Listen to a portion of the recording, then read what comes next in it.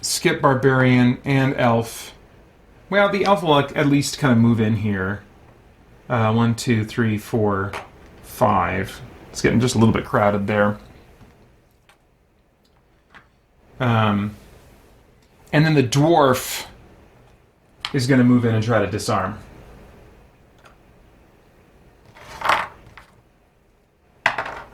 What did we get? Oh, crap. Dang it. Alright. So,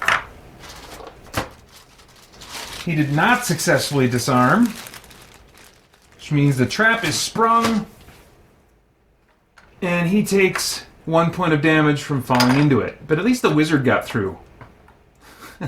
Eldorad's looking behind him. Idiot!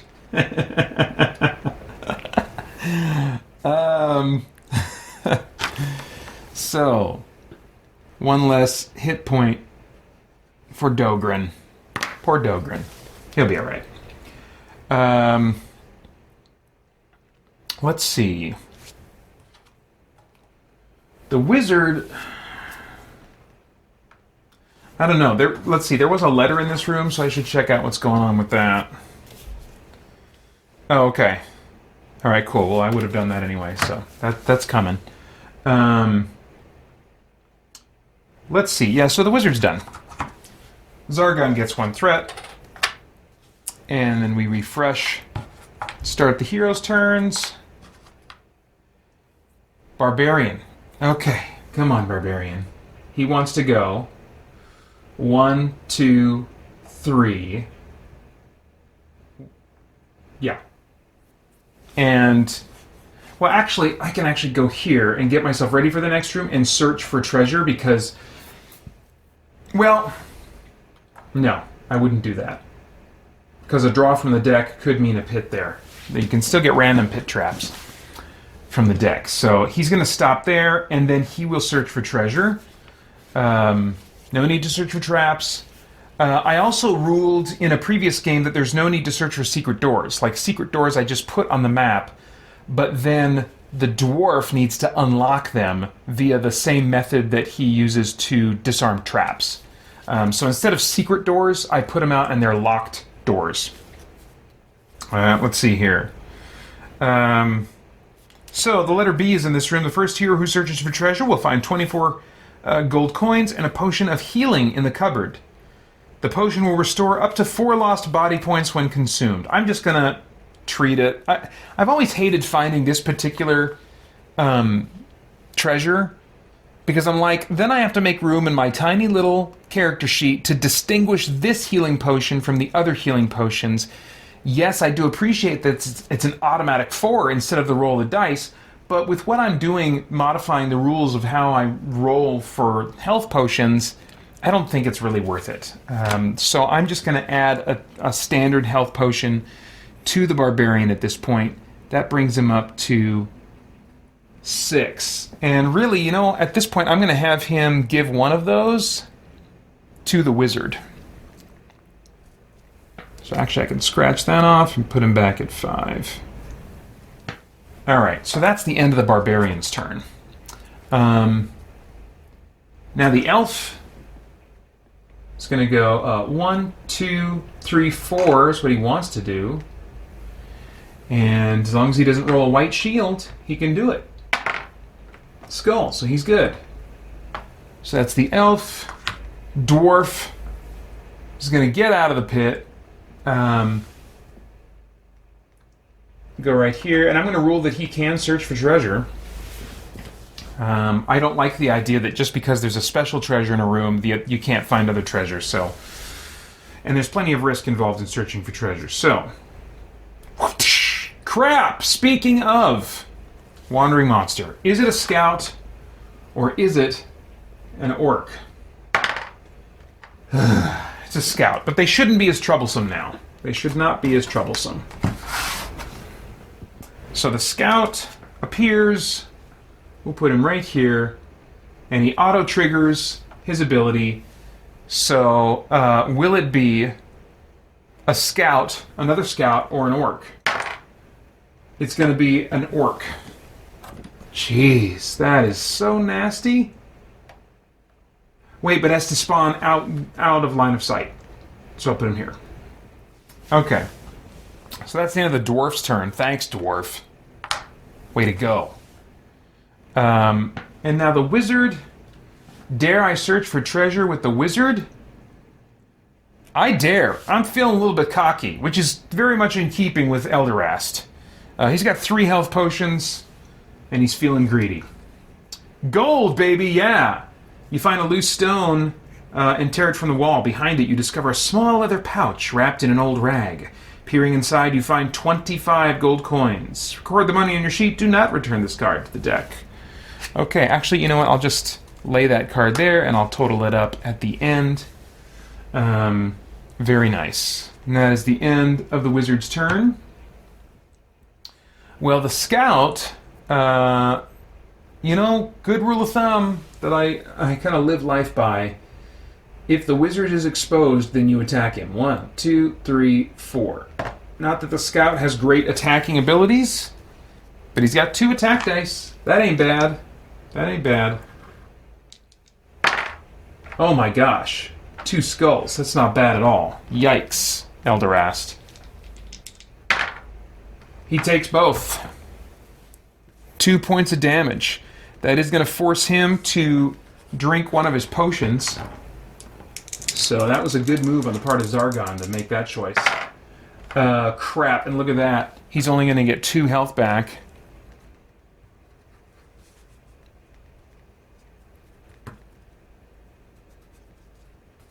Yikes. Not cool. And now the orc is going to go. He'll go 1, 2, 3, 4. Monsters can auto-jump traps in this game. And that orc is going to...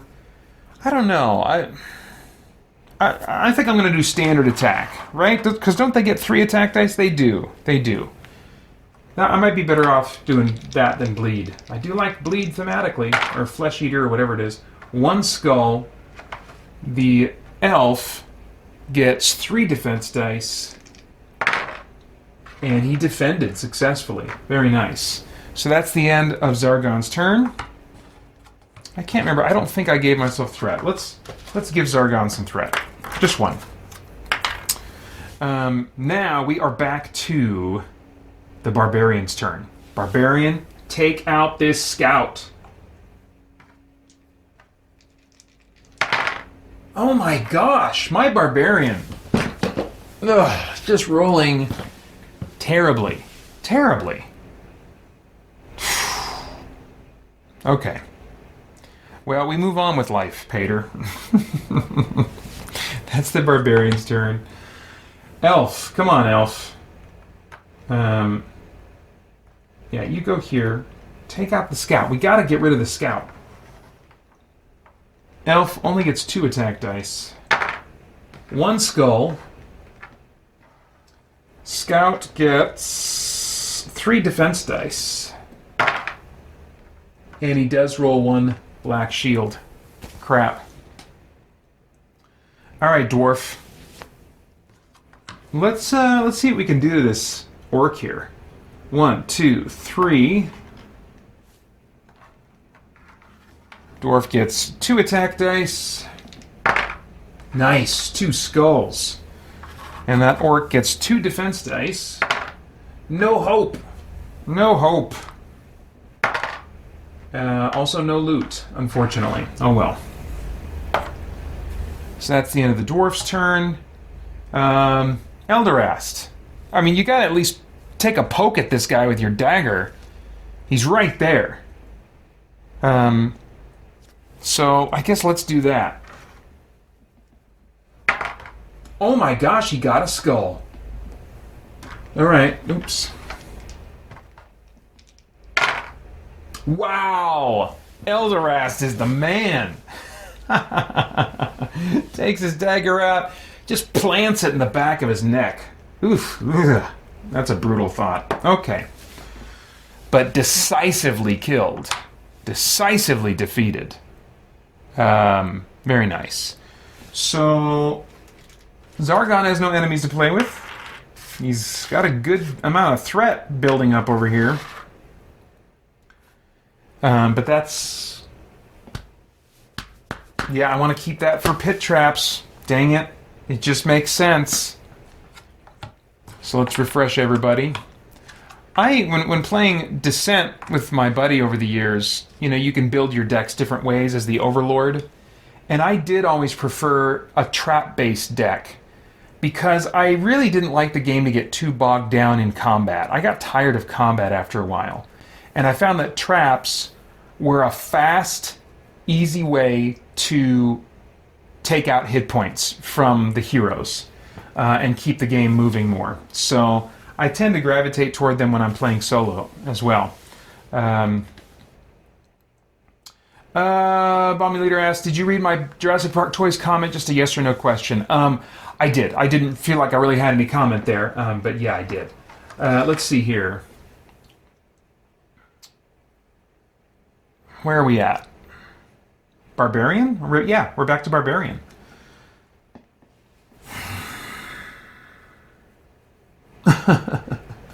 Okay, this will be a little weird. I'm gonna go like this. 1, 2, 3, and then while he's sharing this spot here temporarily, the door will open. He's not gonna step forward into it. I just kind of want to get this door open and get things moving along. What do we got going on here? We have another door here. And just a bunch of enemies. 3 orcs and a Fimmer. Or are they?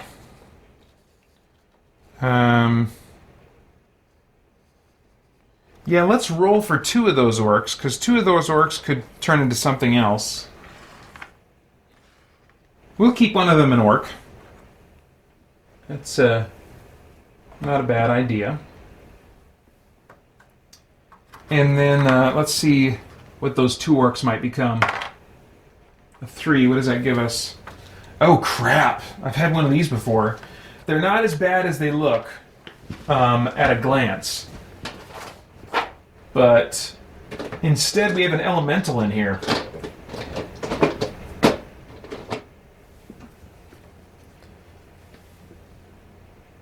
So this is a crazy looking mini.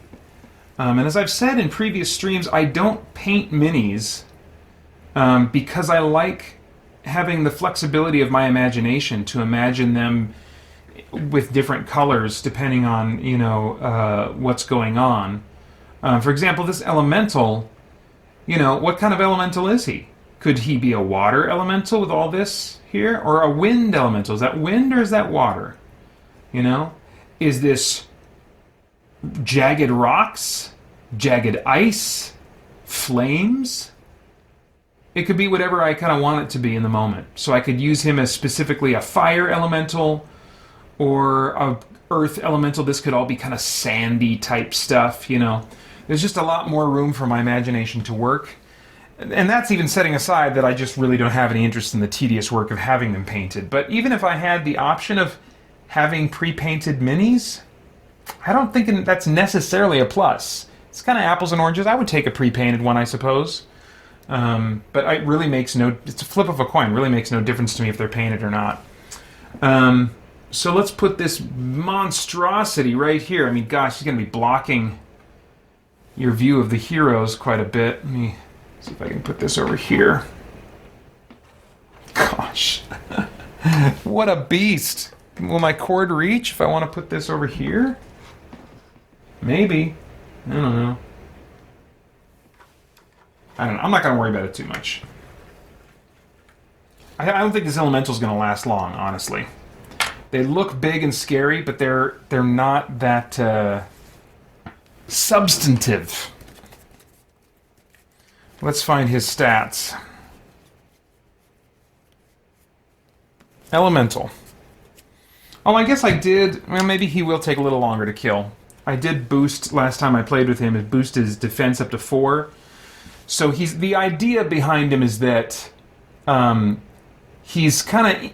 There's something intangible about him, or malleable about him, that makes him hard to hit, but yet he can't hold himself together very effectively. So if you do score a hit on him, you're probably going to take him out. So this is the elemental. He's got an attack of 3. That's really good offensively. a defense of 4, which again, really good at like dodging, but if you hit him, body of 1, he's out. Mind of 2, move of 8. He has intangible, and that's automatic. Let's look that up. I think it just allows him to move through enemy spaces and furniture and walls, which helps deal with the fact that his mini is so much bigger, takes up 4 spaces, when normally in HeroQuest you don't have minis that big. And so, like, how's he going to get through a corridor? Well, he's not. He's going to have to be... Let's see, what is... Oh, these are the monsters. I'm looking for the abilities. Here we go, intangible. This monster may pass through walls and enemy figures, but must end its movement on a revealed empty space. And I'm going to rule that walls includes furniture as well. He can move through anything, he just has to end his movement on 4 empty spaces, you know. So that's intangible and that's automatic. Explosion, earthquake, and smash. Okay. Explosion, this is an automatic ability.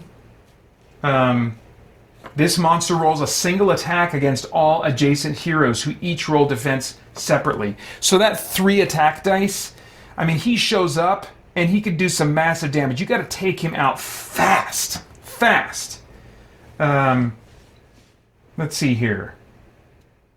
Yeah, it's funny. It says automatic in the entry for the special ability, but it doesn't say automatic on the card. I'm just going to rule that it's automatic. That might put me in a lot of trouble. We'll see. That might be way overpowered. Earthquake.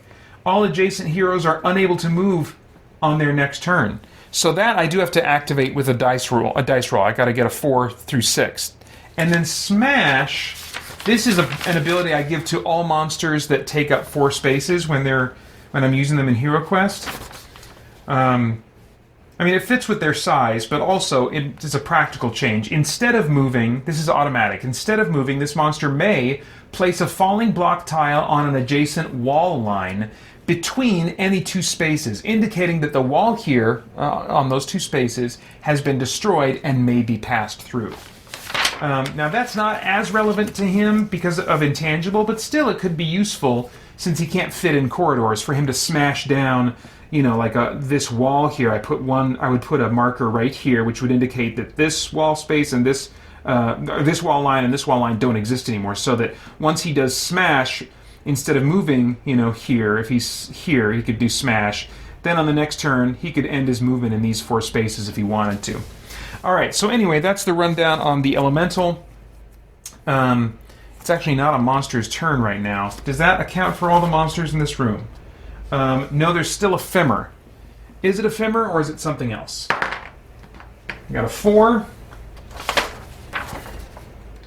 Oh, so it's another Medusa. So we had one of these last time. I won't go over the Medusa again. So we'll put the Medusa right here. What the heck is the Barbarian doing way the crap out here? Oh, that's right. I just set him down. He was like, I think he went 1, 2 or something like that. And then I'm not going to have him go in there and spring a trap. I guess 3. Not great.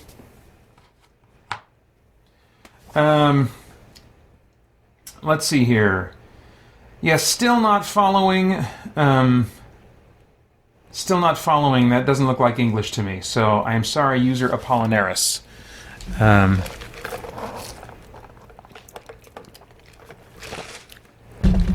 wondering if that's a bot. I can't tell. Anyway, let's see here.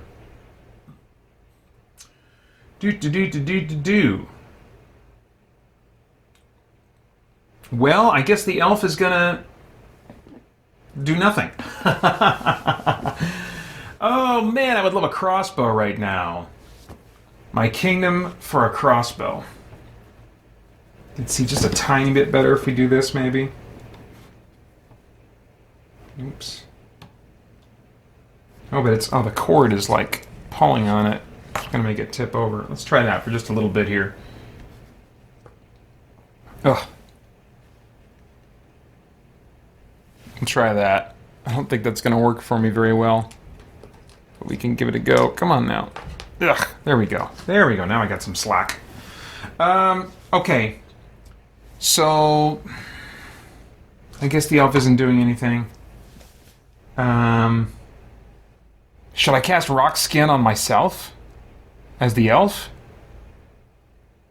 Nah, I don't care that much. Dwarf doesn't want to get in there and mix it up. You know what? I don't know. Part of my problem here is by not going in there and taking care of business, I think I'm kind of perpetuating potentially this problem with the threat building up and just always having more and more traps that he can spring. Maybe if I just go in there, hope for the best, and try to wreck house, then I can get through that room faster and maybe not have as many traps in front of doors to deal with. Let's try that strategy. So let's back it up, and Dummy the Barbarian is just going to go in there. He's going to set off this trap. They're all going to have to jump it. Or should I have the dwarf do that? You know what? Let's have the dwarf. At least he's got a shot. He could roll a 1 or a 2, and he's he's pretty decent. In fact, I could use his defensive ability in there. So let's do that. He's going to go 1, 2, and probably have to stop there. Let's see. He does. So that triggers the pit. 1, 2, 3, 4, 5. Gosh. That might be the way to stay ahead of this threat. I'm not sure. Gosh, this is tricky stuff. It has become in some ways more tactical than I want the game to be.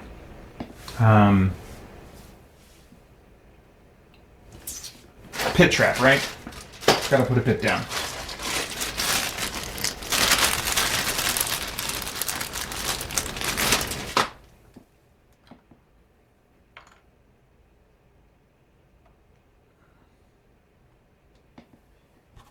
So he falls in.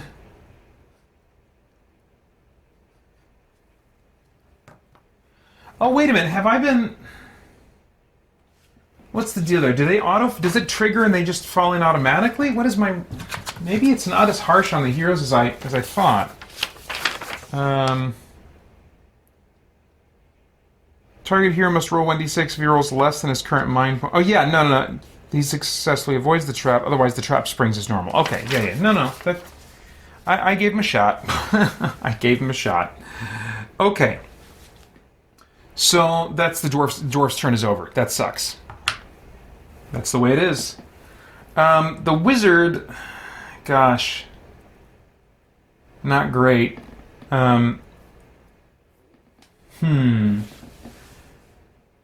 Maybe, is this the time for courage? This might be the time for courage. Yeah, let's try this. The wizard's going to go right here. He's got line of sight to the dwarf, just barely. He's going to cast Courage. And this spell says, this spell may be cast on any one hero, including yourself. The next time that hero attacks, he may roll 2 extra combat dice. The spell is broken the moment the hero can no longer see a monster. Now, my friend and I house ruled, even though in hindsight, many years later, I can see that clearly the spell was not intended to be used this way. We still house ruled that he hangs on to this spell and uses its effects again and again and again until he can no longer see a monster, until he has no line of sight to any monsters. So it's not just on the next time the hero attacks, it's that time and every time after that until he can no longer see a monster that he gets these 2 extra attack dice. So, yeah. And we've never felt like it screwed up the game. It made it about the most valuable spell in the game, but we never felt like it broke it, or gave the heroes too much of an advantage, or more than I wanted. The game may be intended to be more of an equal balance between heroes and Zargon, but I prefer the heroes to have an edge. And that's speaking as someone who played as Zargon most of the time for over a decade. Okay. So he now has courage. That's the end of the wizard's turn. All right. Here we go, baddies. You know what? Maybe I will spawn a monster. Just because I don't like all these traps. I don't like all these stinking traps. Getting tired of it. So yeah, I'll go ahead and spend threat. I'll spawn a good old-fashioned orc. Oh, dang. He's going to come at this wizard. Where's that door at? Lost track of... Okay, it's right there. So, wizard... Can't quite put him right there. Yeah, dude. Wait, can the elf see him? No, the elf is right in front of this door, so the elf can't see him. Alright, so, I mean, let's do what we want to do with this orc first. 1, 2, 3. And he's totally going to attack the wizard. 3 attack dice. 3 skulls. Oh my gosh. Elderast is in trouble. Oh my gosh. Alright. Well, there goes another health potion. He's down to 1. Come on. Come on now. Alright, so we got a 6. That still just brings him up to 4, though. My gosh. Bad situation. So that was, yeah, that was... Yeah. I don't know if I made it any easier on the heroes to spawn an orc there instead of, instead of a pit. Well...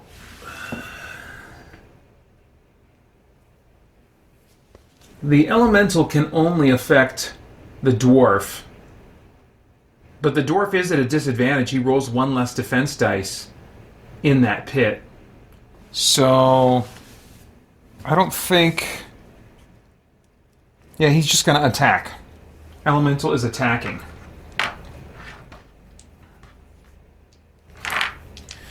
Alright. Just 1, but man, that is quite substantial. Dwarf gets... You know what? Should I use Stubborn Resolve right now? Maybe I should. I don't know. He's got courage, so this will kind of mess with courage quite a bit, but that was part of my thinking, was to cast courage in advance of him activating Stubborn Resolve. Once per quest, before rolling defense dice, you may place this card on your character sheet to gain +2 defense dice and -2 attack dice. Add 1 token to this card at the beginning of each of your turns. When there are 3 tokens on this card, remove it from the game. Monsters may not move through the dwarf while this is active. I think I will. I think I will carry out my plan and activate Stubborn Resolve.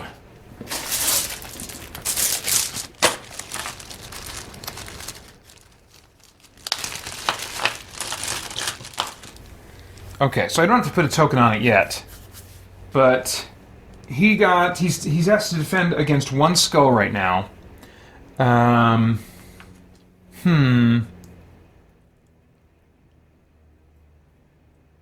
But he gets 2 extra.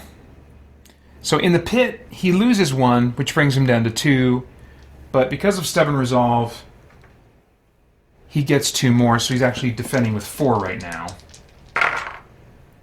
And he gets 2 white shields. Nice. Very good. So that's the end of the Elemental's turn. And now this orc is going to attack. He gets 3 attack dice. 2 skulls. Dwarf rolling 4 to defend. He still takes 1 hit. That brings him down to 1. And then finally the Medusa. She will attempt to immobilize him.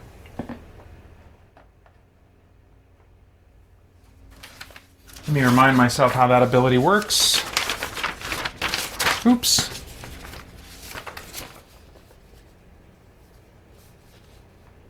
Place a freeze token on the character sheet of target hero within line of sight. The hero may not move, attack, cast spells, or roll defense dice until this monster is dead. Oh no.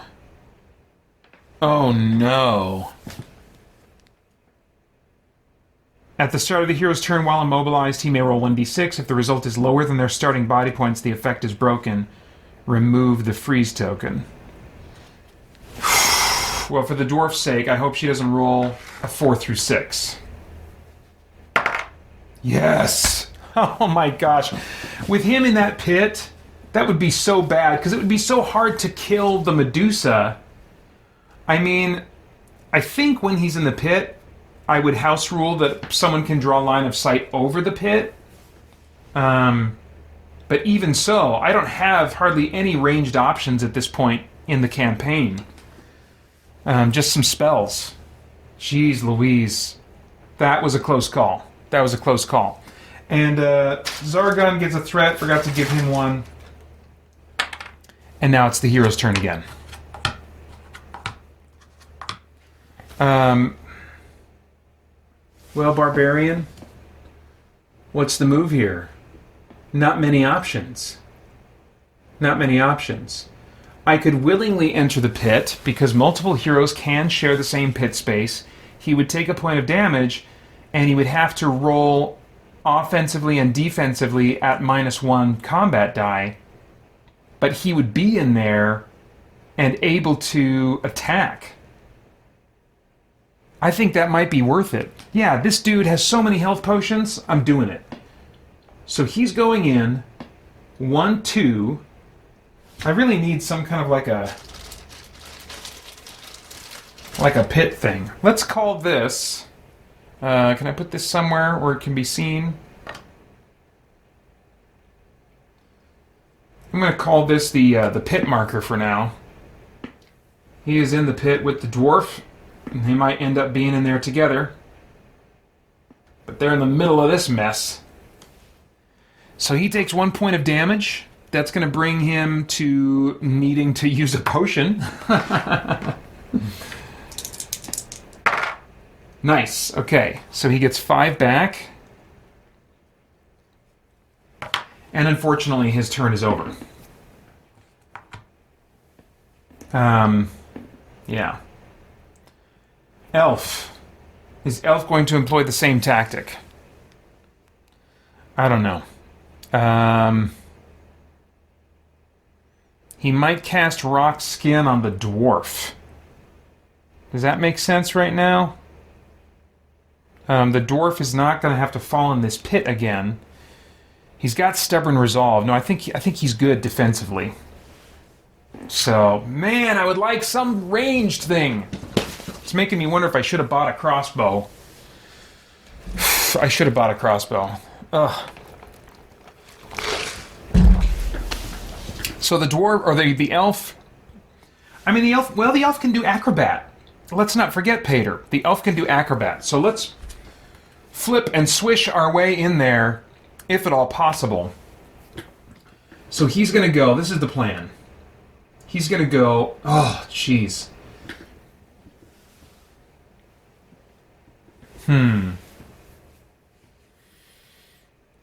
He's going to try and move here. 1, 2, 3, 4. So going this way, only the orc is going to be able to try and take a swing at him as he's moving through that space, and then he'll land here. So I need to get past the pit first, not roll a white shield, please. Yes, awesome. And then, what does Acrobat say about getting past enemies? Elf player rolls 1 combat die. So on a skull, that orc gets to take a swing. He does not succeed.